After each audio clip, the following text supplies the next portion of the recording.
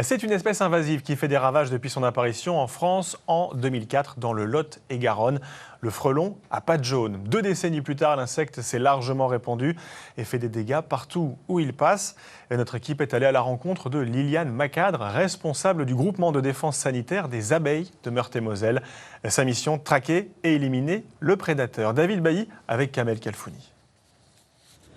Liliane possède dans son jardin des ruches. Depuis 1992, elle produit du miel.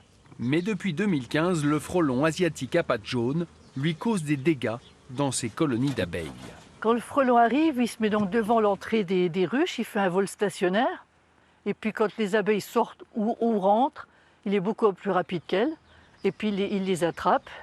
Plus de 3 frelons devant une ruche, il y a danger. Quand ils sont assis, la ruche est perdue.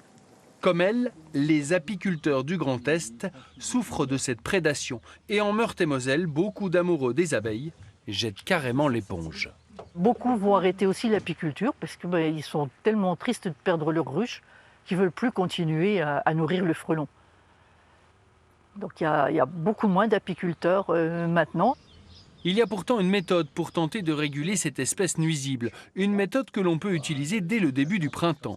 Il s'agit de pièges adaptés à cette espèce. Liliane en possède 3 petits différents pour un seul objectif. L'objectif du GDSA 54, c'est de limiter la prolifération et l'attaque sur les ruchers en particulier d'au moins 50%.